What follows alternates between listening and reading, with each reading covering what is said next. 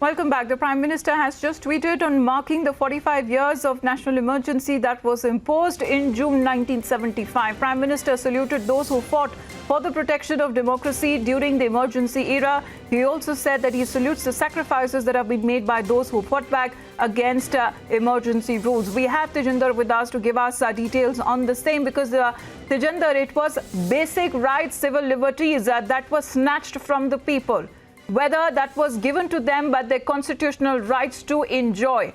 And at that point, it is being said the darkest ever era that Indian history has ever witnessed. Prime Minister Modi is now saluting those heroes who had challenged that kind of the government at that point in time to give back their national rights, their duties, their freedom struggles. And this is at point and time when 45 years later, the Prime Minister, Home Minister and many other leaders are coming out to salute them.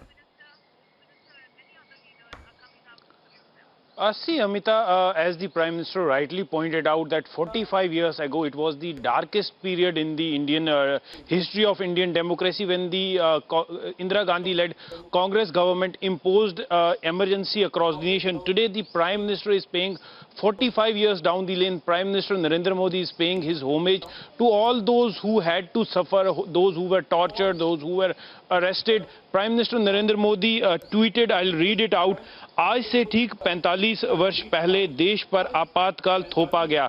So clearly he is saying that emergency was imposed on this country. उस समय भारत के लोकतंत्र की रक्षा के लिए जिन लोगों ने संघर्ष किया, यातनाएं झेली, उन सबको मेरा शत शत नमन. उनका त्याग और बलिदान देश कभी नहीं भूल पाएगा.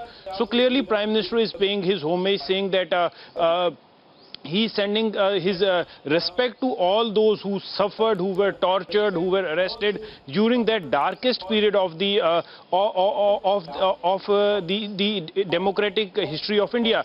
Clearly, you know, this tweet after earlier the Home Minister Amit Shah also tweeted, wherein he said that emergency was imposed just to give benefit to a particular party, you know, a particular party and family only.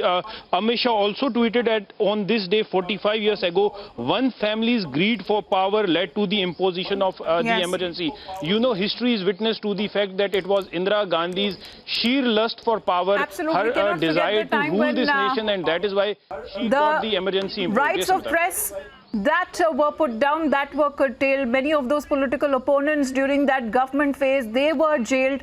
And this is the darkest period that the Prime Minister has also mentioned in his tweet, saluting those who had made those sacrifices. Let's listen into a reaction that's coming in.